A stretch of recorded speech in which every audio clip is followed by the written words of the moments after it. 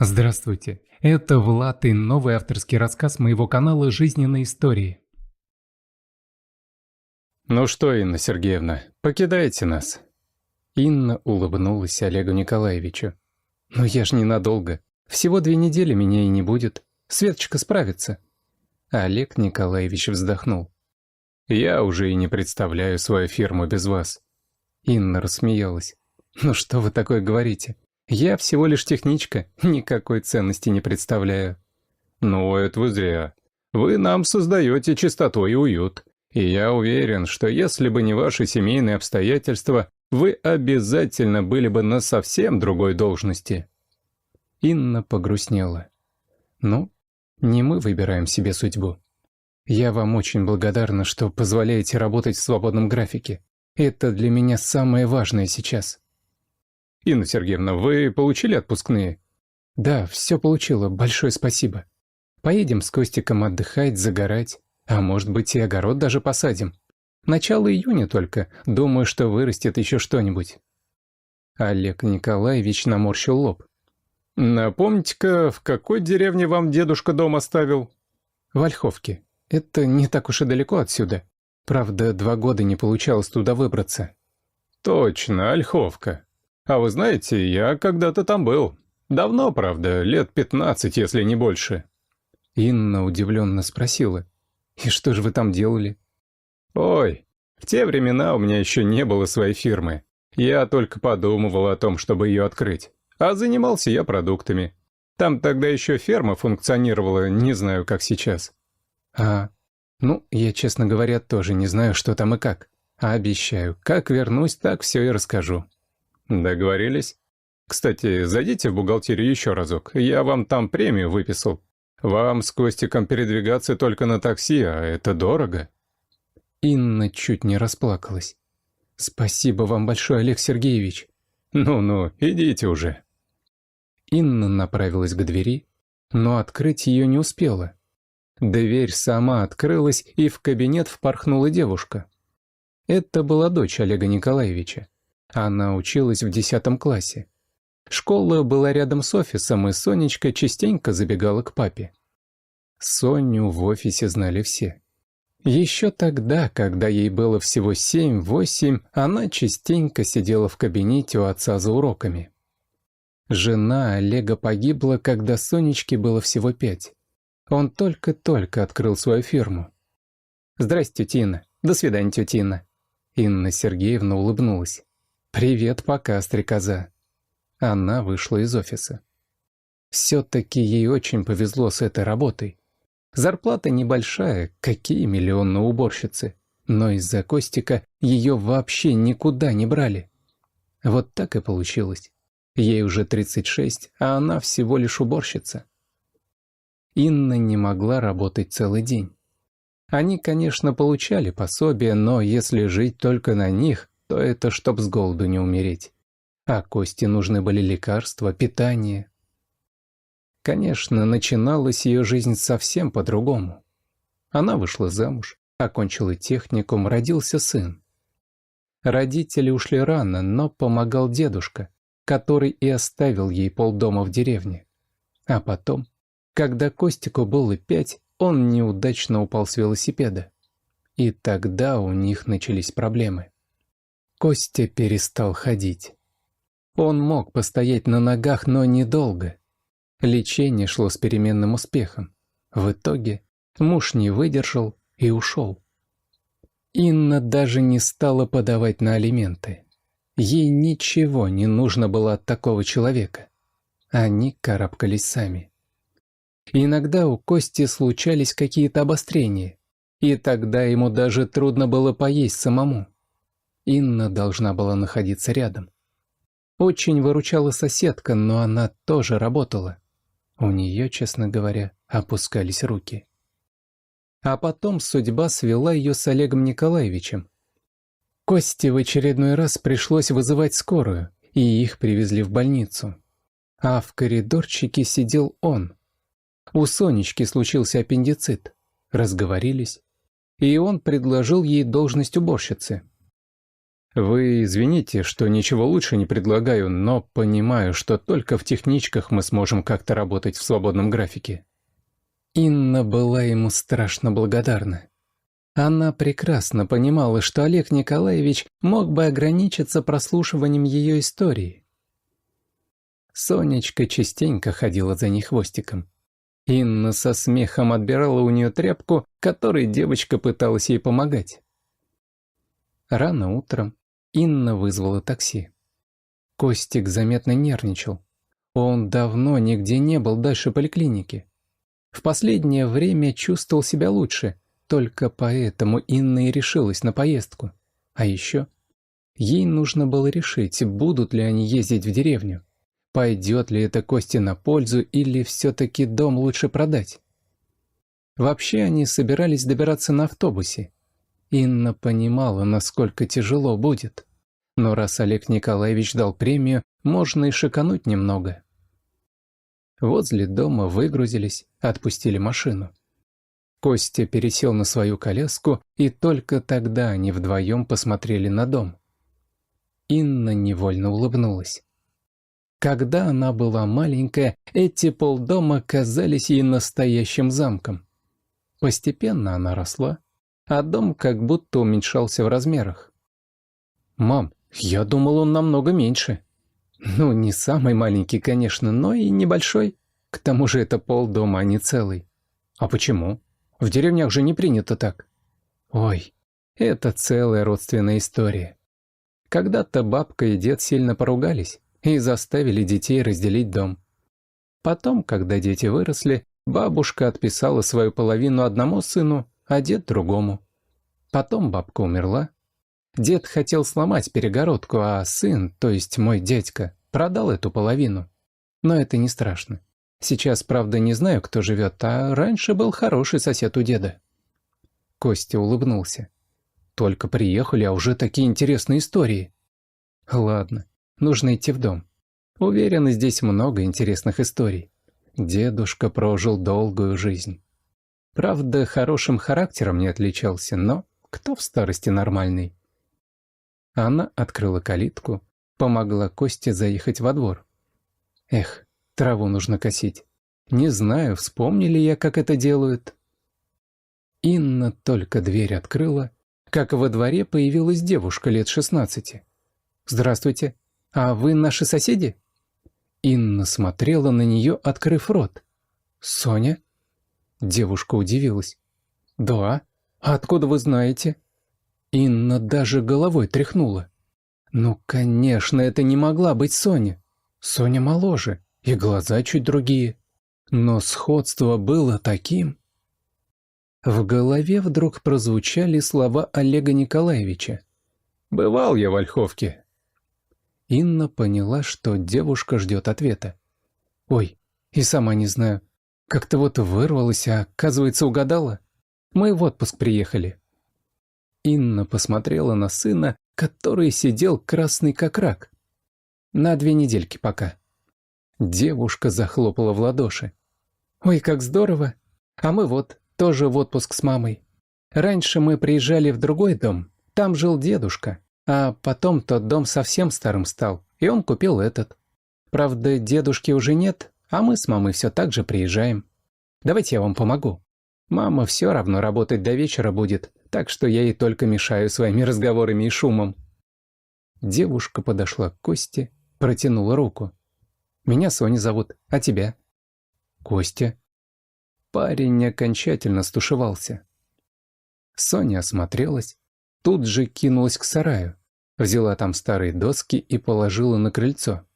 «Вот, так можно заехать. А если их прибить, то вообще проще будет». Она как-то совсем не обидно это сказала, и Костя немного расслабился. Инна даже не представляла, что бы она успела сделать без Сони. Девушка помогала буквально во всем. И пыль протереть, и занавески снять, и белье старое из шкафа вытряхнуть. Костю Соня отправила мыть посуду. И парень как-то спокойно, без стеснения согласился. Потом они вместе приготовили ужин. Инна уговорила Соню остаться с ними покушать. А как только сели, В дверь постучали.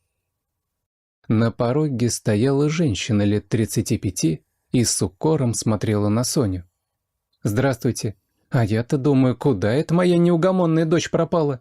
Меня перестала донимать расспросами, к соседям перебазировалась». Инна встала. «Здравствуйте. Проходите, поужинайте с нами, познакомимся заодно.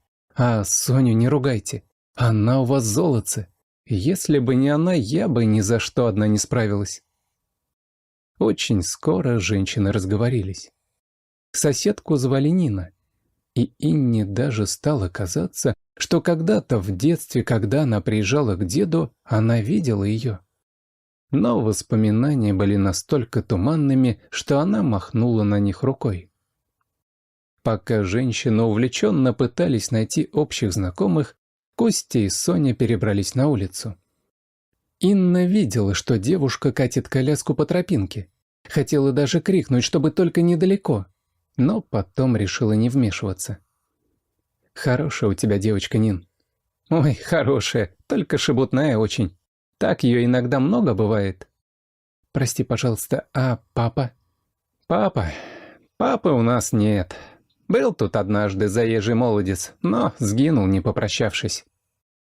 Инну так и подмывало спросить, не Олегом ли зовут того самого молодца, но вернулись дети. Нина встала. «Спасибо вам за ужин. Работы сегодня много, вообще ничего не успела, так что вы нас от голодной смерти спасли». Поймав удивленный взгляд Инны, Нина махнула рукой. «Да бухгалтер я. Несколько организаций небольших удаленно веду. Господи, а я-то думала, не на ферму ли ты устроилась?» Нина рассмеялась. «Я, кстати, давно подрабатывала на ферме. Очень хотелось денег, чтобы перед институтом купить себе шмотки модные. Ну а раз все равно на лето в деревню, то проводила время с пользой». 2 недели пролетели как один день. Нужно было собираться домой. «Ин, послушай, тут же автобус ходит вполне прилично. Может, тебе на нем поездить? Ты посмотри, насколько Косте здесь хорошо». «Не могу я так, Нин. Как он тут без меня день-то будет? А мы на что? Сонька, я. Неужели ты думаешь, мы его бросим?» Костя умоляюще посмотрел на мать.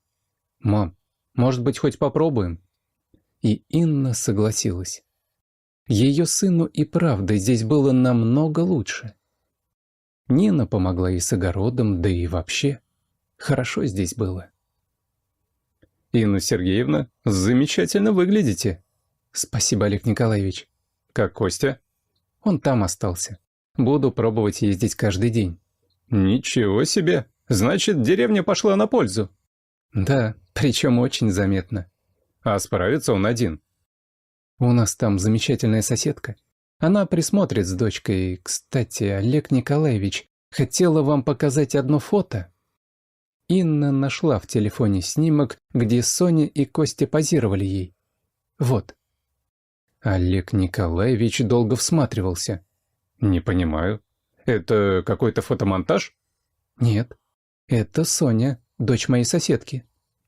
Мужчина нахмурился, задумался о чем-то. Потом посмотрел на нее и улыбнулся как-то растерянно. «Ну, этого не может быть. А фото соседки у вас случайно нет?» «Случайно есть, только боком. Она не знала, что я ее снимаю». Она показала фото Нины, и Олег Николаевич побледнел. «Да нет, не может быть. Это что-то из разряда фантастики. Я помню эту доярочку. Да и встречались-то мы всего 2 недели». Инна убрала телефон. Она не доярка. Пыталась перед институтом денег подзаработать на каникулах, но на этом все. Олег поднял на нее глаза. «Я так понимаю, вы рассказали ей про то, что наши дочери похожи?» «Нет, это не мое дело. Да и потом, вы живете в одном городе. Если бы она хотела, то, скорее всего, разыскала бы вас. А так, мне кажется, она к вам не очень хорошо относится». «А можно мне фотки эти прислать?» Инна пожала плечами и отправилась работать. Вечером, как только вышла из офиса, к ней подъехал Олег Николаевич. Садитесь, Инна, и показывайте дорогу в вашу деревню». На заднем сиденье сидела Соня. «Вы уверены? Вас могут не очень хорошо встретить». «Могут, но тут даже ни в Нине дело. Пусть она относится как хочет». Инна села в машину. «Ох, и влетит мне от Нины». Олег Николаевич неожиданно улыбнулся. «Не влетит. Она добрая, хоть и непоседливая». Прям как Сонька. Та 100 дел в минуту делать может. «Вы, наверное, осуждаете меня. И правильно. Тогда, когда я был в той деревне, здесь меня уже ждала невеста. Наши парни направо и налево с деревенскими романы крутили. Вот и я не удержался. Но Нина хорошая была, чистая. Если другие спокойно прощались и уезжали, то я сбежал как трус». Через 2 месяца Инна окончательно решила переехать в деревню. Перегородку они сломали. Нине теперь особо и гостить-то здесь было некогда. А вот Соне часто приезжали. За здоровье Кости взялся какой-то профессор, который купил в их деревне дачу. И нужно сказать, что дела двигались в лучшую сторону. Доктор говорил: «Обещаю, отплясывать будешь на свадьбе матери своими ногами». А сам при этом не отрывал взгляда от Инны. Нина и Олег поженились через полгода, а Инна и профессор через год. Как он и обещал, Костя отплясывал своими ногами в кругу 2 замечательных, очень похожих между собой девчонок, которые в любую минуту были готовы прийти к нему на помощь. Если вам понравилась история, просьба поддержать меня кнопкой «Палец вверх». 1 клик, но для меня это очень важно. Спасибо. All right, everyone's presentations are done. Nick, the manager, said as he tried to move the discussion forward. Excuse me, I haven't. I recently found out something. Nick interrupted me and began to speak. There's apparently someone in this department who didn't graduate high school and is just a part-timer. Meetings should be for employees only. Absolutely right. His lackey, Mike, of course, agreed with Nick. I'm leaving. After leaving the meeting room, I started to shut down my computer. I noticed that an email had arrived, not in my personal inbox, but in the company's shared email. Thinking, there's no point in speaking up, no one will listen, I went home quietly. The next day, I heard a commotion from Nick's desk. He was staring at his computer screen, his face pale. Nick? Is something wrong? Mike looked at the screen with him. And he turned even paler than Nick. Why is he so angry? Knowing the reason for Mike's distress, I thought to myself, serves them right. My name is Adam. My mother passed away when I was in the 9th grade, and I was raised by my father. Well, you could hardly call it being raised. After my mother passed, my father changed. He drowned his sorrows in alcohol, and though he still went to work, he squandered our living expenses on horse racing. Because of that, I had to start working part-time as soon as I entered high school. Every month, I went to the convenience store with bills in hand that couldn't be auto-deducted from my father's account. Even though I endured it because I didn't want to be alone, I reached my limit in my 2nd year of high school and dropped out. I found a live-in job at a distant inn. Thank you for everything. The day I left home, my father, still staring at the TV, spoke. Take care. That was our last conversation. Back then, 18 wasn't the age of majority, so I needed my father's permission to work, and I couldn't hide my place of employment. Yet, my father never visited me even once. I kept working just to survive, and before I knew it, I was 42. Years of hard work paid off, and I was transferred to the headquarters. I was thrilled to be recognized by the company, as I thought I'd be working in the field until retirement due to my lack of formal education. Listen up. Our work can change the future of our employees. Don't drag us down. On my first day after the transfer, Nick, dressed in an expensive suit, spoke sternly. There was a reason for this. Our inn was located in a prominent tourist destination, known so well that everyone in the state could sing its commercial jingle. At its peak, we had 5 locations within the state. But that was long ago. Due to financial difficulties and aging facilities, only the place where I had worked for many years and the original establishment remained. I was prepared to lose my job anytime, but now there was a glimmer of hope. With the rise of social media, the tourist area where the inn was located started gaining attention again. Depending on how hard the sales department, where I was transferred, worked, we could either thrive or be forced to give up this prime location to the new hotel chains continuously popping up. For Nick, who had switched careers from another industry to strengthen our sales, this was a battle he couldn't afford to lose. I understood why he had to be strict. "I will do my best." Nick sneered at my enthusiastic declaration. "Did you not hear what I said?" "I'm sorry." I thought I was listening carefully. Out of habit from years of customer service, I apologized reflexively, though I had no idea what had offended him. Someone was watching me with a smirk. In this department, there are those who are expected to excel and those who have been shoved here because they have nowhere else to go. You are the latter. It was Mike, the section chief. He's 7 years younger, at 35. But he was called to headquarters much earlier than I was and had been moving around within the headquarters ever since. I'm not jealous, but I can't accept that he's my boss. Graduating from a prestigious university, he has an unusually high pride and caused many problems as a newbie, making things very difficult for me when I was the front desk leader. When I found out Mike was transferred to the sales department a month before me, I was disheartened. Mike is right. With just a middle school diploma, there's not much you can do. Don't even think about achieving results.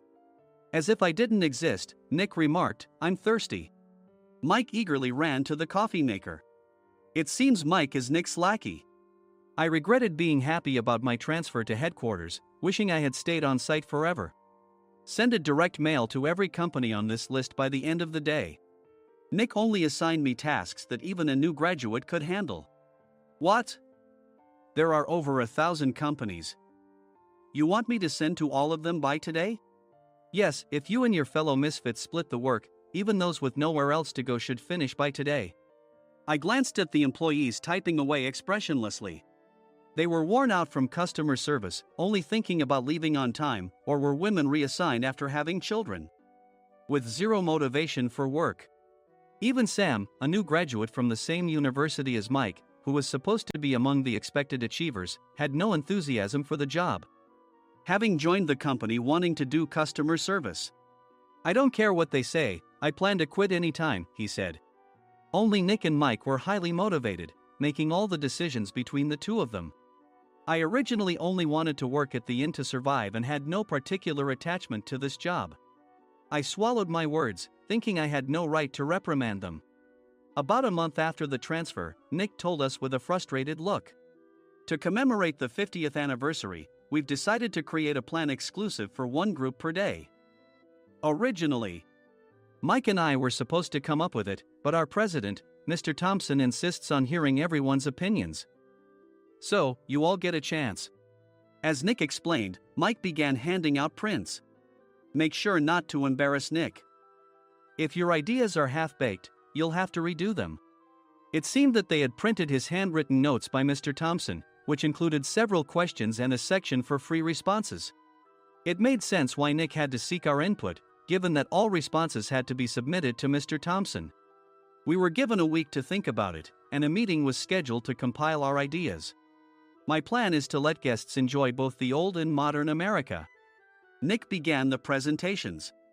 Guests would watch a master confectioner at a nearby traditional sweet shop make sweets in front of them. The welcome drink would be premium tea in a bottle. Nick's plan was certainly attractive. After his presentation, Nick called on us to present in the order we were seated. Just as I stood up for my turn. "All right, everyone's presentations are done." "Excuse me, I haven't. I recently found out something." Nick interrupted me. "There's someone in this department who didn't graduate high school and is just a part-timer." He was likely talking about me.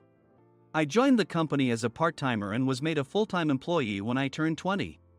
That was 20 years ago, so Nick and Mike probably had no chance to know until recently. Meetings should be for employees only. Absolutely right. After that, Nick kept creating opportunities to solicit everyone's opinions, purposefully excluding me from speaking. The meeting unexpectedly heated up and went past the scheduled end time. A few people asked to leave, and the discussion continued with the remaining few. Still here? Normally, you'd leave in that situation. Though I had no attachment to the job initially, hearing kind words from customers made me want to make them happier. For someone like me, with nowhere to go, the inn was my home and customer service was my life. I felt pathetic about my current self. I'm leaving. I left the conference room and started shutting down my computer. I noticed an email had arrived, not in my personal inbox, but in the company's shared email. Thinking no one would listen to what I had to say anyway, I quietly went home. The next day, while preparing the DM as instructed, I heard a commotion from Nick's desk. In his haste to stand up, he hit his knee on the desk. He stared at his computer screen, his face pale. "Nick! What's wrong?" Mike, thinking he should be the first to rush over, approached Nick while still wearing his coat. He peered at the screen with Nick. And he turned even paler than Nick. Why is he so angry? Who is responsible for this company? Nick, more irritated than ever, asked, and Mike answered without checking. Probably Sam. Sam wasn't there because he was attending a morning training session for new hires. Nick gave up on getting angry and returned his gaze to the screen. They were looking at an email that arrived right after the end of the working day yesterday. Apparently, no one, including me, had checked it before leaving. The email was from a large company that used us for their annual employee trips. The president and executives of that company also frequently used our services personally. President of the company, Mr. Mason himself, had declared that neither he nor his company would ever use our services again. Well, some companies cancel their employee trips or stop using our services due to financial struggles. Let's just move on. Mike kept wiping the sweat from his forehead with a handkerchief. Knowing why Mike was so agitated, I quietly watched their interaction. Do you know how much revenue we get from that company? We can find other guests to fill the rooms, but we'll lose the banquet costs, gift shop revenue, rental car fees, and more. Moreover, the gifts were supposed to be prepared by the traditional confectionery shop involved in Nick's proposed plan. If it's known that we incurred such a huge loss at this critical time, Nick's position in the company would be jeopardized. Nick took a deep breath, seemingly trying to calm himself. All right, Mike. Go to New York right now and apologize to Mr. Mason. What? You're coming with me, right? I have urgent work to do.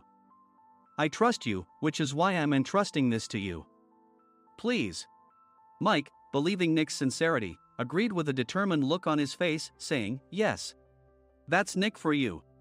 Even if Mike went to apologize, Nick would shift all the blame onto him if the client didn't change their mind. Well, it was Mike's fault to begin with, so it served him right. About 3 hours later, Sam answered a call from somewhere and repeatedly apologized, saying, I'm very sorry. Everyone watched to see what was happening. After ending the call, he informed Nick with a weary tone. When Mike arrived at the client's company, he only made things worse, further infuriating Mr. Mason. He was demanding, get his boss here immediately. It was no wonder Sam was exhausted, dealing with such a call right after returning from training. What is that idiot doing? All right, Adam, you're coming with me. If sacrificing Mike didn't work, then I must be next. Normally, I'd want to refuse at all costs, but I saw an opportunity in this situation. If I can be of assistance, I'd be happy to join you. I obediently followed Nick, and we flew to New York. When we introduced ourselves at the reception, it became clear how serious the situation was, as the receptionist personally escorted us to the president's office. Angry voices leaked through the door, making both Nick and me uneasy. Excuse me. I'm Nick, the supervisor. I understand my subordinate has caused you trouble, and I deeply apologize. Nick, with his experience in the corporate world, knew enough to offer an apology before excuses. However, his customer service skills left much to be desired. I sighed as I saw Mike trembling like a small dog in the corner of the room. What kind of training are you giving your subordinates? Mr. Mason glared at Nick with a red face. The intensity of his gaze made even Nick take a step back. Regrettably, I joined this company only 2 years ago and was unaware of Mike's issues. I should have identified his shortcomings sooner. Indeed. I should have realized sooner. No sensible person would come to apologize and then give a lengthy presentation on the drawbacks of not using their in. Nick froze, his mouth slightly open. Suspecting the worst, I picked up the documents that had fallen to the floor. It seemed Mike hastily prepared these documents on the plane, listing the disadvantages. Disadvantage 1: if you change the venue for the company trip, employees might suspect it's for cost-cutting reasons, leading to a negative impression. Reading it aloud half-jokingly, Nick snatched the papers from my hand and checked the contents with a furious expression. Among the stack of documents was a receipt from a nearby convenience store's copy machine. I felt a pang of dread, hoping he hadn't shown the receipt as well. What do you think he said when I asked what kind of nerve he had to do this? I'm very sorry. Faced with the dire situation, Nick must have thought there was nothing left to do but apologize. In a voice smaller than I'd ever heard from him, he uttered words of apology. He said, "I'm a Harvard graduate. I don't believe I said anything wrong." Mike! What have you done? Forgetting his plan to pin the blame on Mike, Nick yelled loudly, even in front of Mr. Mason. "I didn't do anything wrong." "You're still saying that? Look at him." Mike pointed at me with a shaking hand. "I was assigned to headquarters in my 20s and now I'm a section chief. This guy only made it to headquarters at 42. Everything I've done proves I was right. So why are we losing the contract?" Having said his piece, Mike collapsed to the floor. "Of course. You were sent there because you had nowhere else to go." Mike never expected to hear such words from someone he looked down upon. He lunged at me, and Nick hurriedly stepped in to stop him. "Mr. Thompson told me Mike is a quick thinker, and to take good care of him." There's no way he was pushed aside. "Don't make things worse here." "He didn't say quick thinker, he said only quick-witted, didn't he?" I don't remember that part." I recalled the many troubles Mike caused when he was a newbie. When Mike was on the front line, his pride was so high that he never apologized to customers. Customer service, especially in our job, doesn't work alone. It brings both good and bad situations. If the front staff or housekeepers made mistakes, or the cleaning company didn't properly clean a room, one had to apologize to the customers regardless of personal fault. Mike, in such situations, would never apologize, insisting he wasn't at fault. This often angered customers, and as the front desk leader, I frequently had to apologize on his behalf. He caused complaints and disrupted operations, which is why he was quickly moved to headquarters. In departments where he didn't interact directly with customers, his quick thinking was beneficial and things went well. But it seemed his flaws were starting to show. Corporate reservations are supposed to be entered into the system by the sales representative. But a quick check yesterday revealed that more than 10 items were missing from the client's reservation. The handover document clearly stated what needed to be prepared. Why didn't you enter it into the system? Why do we have to give them special treatment? Filling rooms near the banquet hall, setting up all the food in advance. Specifying the brand of wine, they're too demanding. No wonder he always angered customers, I thought, feeling a headache coming on. Grouping them in rooms near the banquet hall is for our benefit too. It makes it easier for the staff to set up beds and serve breakfast since everyone's schedule is synchronized. As for the other requests, Mr. Mason suggested them to lighten our load. I didn't know that. Nick finally seemed to realize that Mike was the one who had angered the client. What did you say to them? I just told them we wouldn't give them special treatment anymore.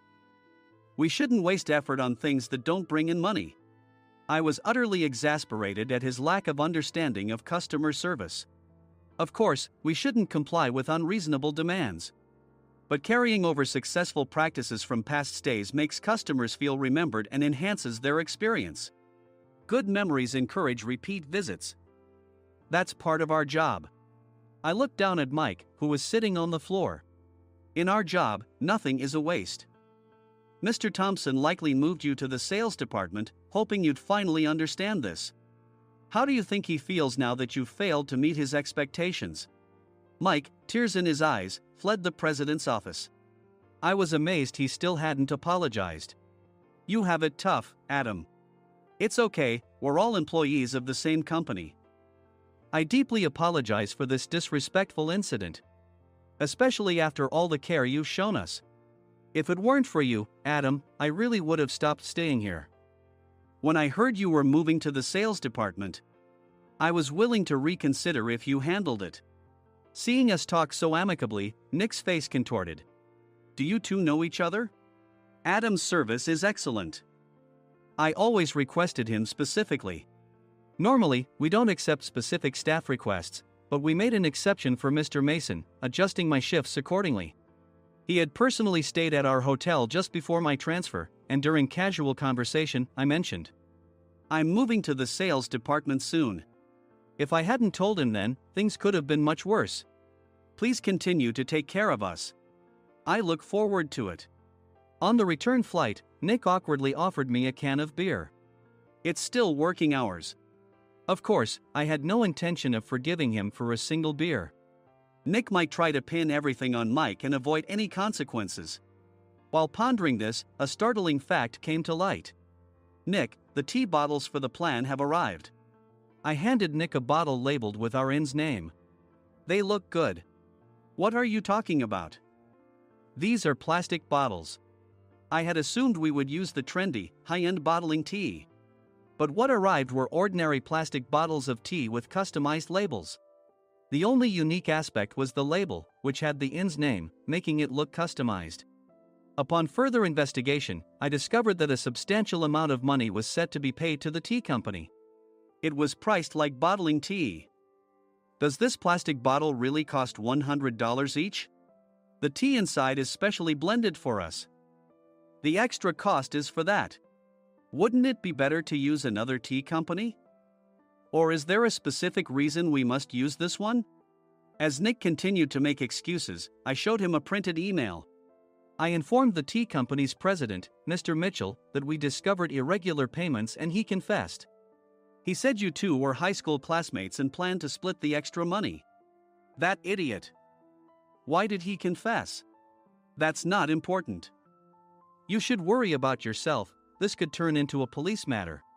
Opening the bottle cap, I suggested. How about calming down with this tea? It supposedly has a relaxing effect. Nick drank the tea frantically. In the following days, decisions were made about their fates. Mike was reassigned to the General Affairs Department, with no chance of transfer or promotion, as per Mr. Thompson's orders. As for Nick, since the payment to the tea company hadn't yet been made, he narrowly avoided legal trouble. Instead, he was encouraged to leave the company, and to avoid further complications, Nick submitted his resignation. Rumor has it that connections between HR departments have made it difficult for him to find new employment. Even though it was good to have those two gone, something unexpected happened in the sales department. Everyone became motivated and united in refining the 50th anniversary plan. In the end, my plan was adopted. We collaborated with the Tourist Information Center to provide personalized guides. The plan, tailored to the number of guests, was truly special for the 50th anniversary. Hey, is Adam's family coming to stay? I immediately booked that special plan for my family. Sam noticed it on the reservation list and quickly picked up on it. Yes, I'm inviting my father. That's great. I might invite my parents too. I lacked the courage to face my father just as Adam. But here, with the confidence Mr. Mason praised, I felt ready. The 50th anniversary plan was a perfect opportunity to reconnect with my father. I hoped to bring back the days when we could laugh together as we once did.